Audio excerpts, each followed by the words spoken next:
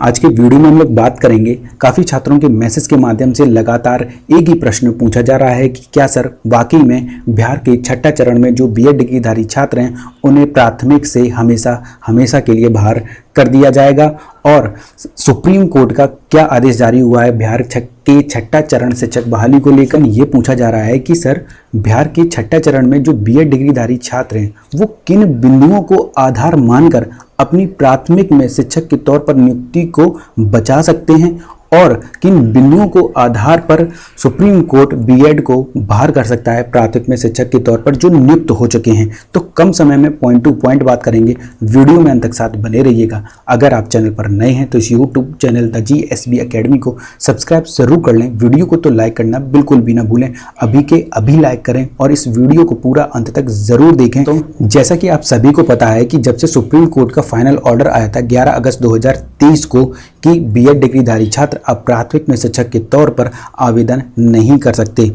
जैसे ही ये final order आया वैसे ही बिहार में जो डीएलएड डिप्लोमाधारी छात्र हैं वो बड़े स्तर पर सक्रिय हो गए और जो बिहार में छठा चरण शिक्षक भर्ती बहाली थी उसमें एक एसएलपी दायर की गई पटना हाई कोर्ट में और सुप्रीम कोर्ट का जो फाइनल ऑर्डर था उसको आधार मानकर पटना हाई कोर्ट के जज ने बीएड डिग्रीधारी छात्रों को वो प्राथमिक में जो शिक्षक के तौर पर नियुक्त थे उन्हें बाहर का रास्ता दिखा दिया। लगभग 22,000 बीएड डिग्रीधारी छात्र थे जिनका सब्जेक्ट टू आउटकम निर्णय था कि जो सुप्रीम कोर्ट का जो ऑर्डर होगा बीएड वर्सेस डीएलएड का फाइनल ऑर्डर होगा उसी के आधार पर बीएड छात्रों का नियुक्ति प्रदान की जाएगी। लेकिन उससे पहले इन्हें नियुक्ति प्रदान कर दी गई थी, इसीलिए पटना हाई कोर्ट ने बीएड के छात्रों को बाहर का रास्ता दिखा दिया था। लेकिन काफ़ी छात्र ये पूछना चाह रहे थे कि सर अब सुप्रीम कोर्ट का जो केस चल रहा है बीएड वर्सेस डीएलएड का वो किस बेस पे चल रहा है। कुछ छात्रों को तो यही नहीं पता कि सुप्रीम कोर्ट में जो अभी डीएलएड का केस चल रहा है वो क्या चल रहा है। मानना है कि सुप्रीम कोर्ट का ऑर्डर तो 11 अगस्त 2023 को आ चुका है,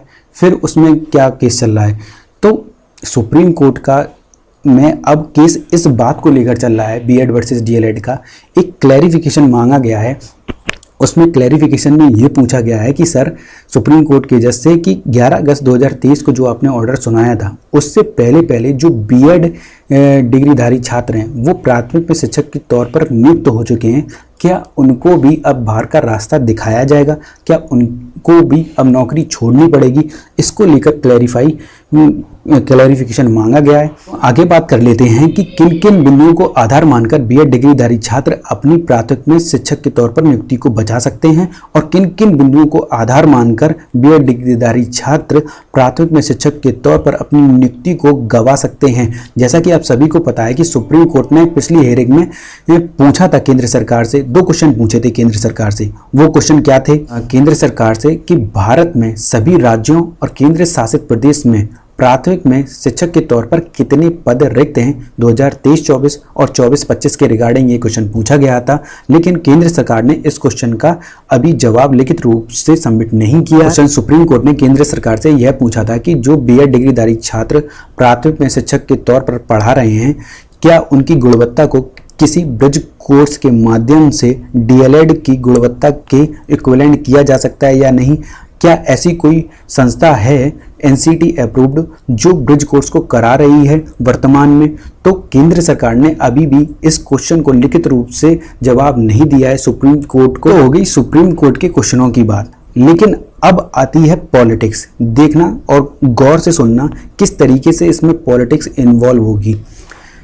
अगर केंद्र सरकार चाहेगी ना कि बीएड डिग्रीधारी छात्रों की नौकरी ना जाए तो वो सीधा फुल टॉस बॉल देगी और सीधे छक्का जाएगा। वो सिर्फ इतनी सी बात कहेगी कि वर्तमान में तो चलो कोई संस्था नहीं है ब्रिज कोर्स कराने की, लेकिन भविष्य में 1 साल या 2 साल के अंदर अंदर NIOS के माध्यम से या फिर इग्नू के माध्यम से ODL मोड के द्वारा इन जो बीएड डिग्रीधारी छात्र हैं जो नियुक्त हैं प्राथमिक में शिक्षक के तौर पर उनको ब्रिज कोर्स के करवा कर और डीएलएड के इक्विवेलेंट किया जा सकता है। ये तो हो गया अगर सरकार चाहेगी बीएड डिग्रीधारी छात्रों की नियुक्ति को बचाने के लिए, ठीक है। अगर केंद्र सरकार बीएड डिग्रीधारी छात्रों की नियुक्ति नहीं बचाना चाहेगी ना तो फिर वो सीधा यॉर्कर बॉल देगी और किल्लियां बिखर जाएंगी, स्टंप बिखर जाएंगे आप सभी के, क्योंकि बीएड को बचाने का सिर्फ एक ही माध्यम है। अगर केंद्र सरकार ये कह दे कि हाँ ऐसी कोई संस्था वर्तमान में है या भविष्य में होने वाली है, तभी बीएड डिग्रीधारी छात्रों का भविष्य बच सकता है। नहीं तो बीएड डिग्रीधारी छात्रों की जो नियुक्ति सब्जेक्ट टू आउटकम पर डिपेंड थी, जिन भी भारत के राज्यों में, चाहे वो उत्तर प्रदेश हो, उत्तराखंड हो, बिहार हो,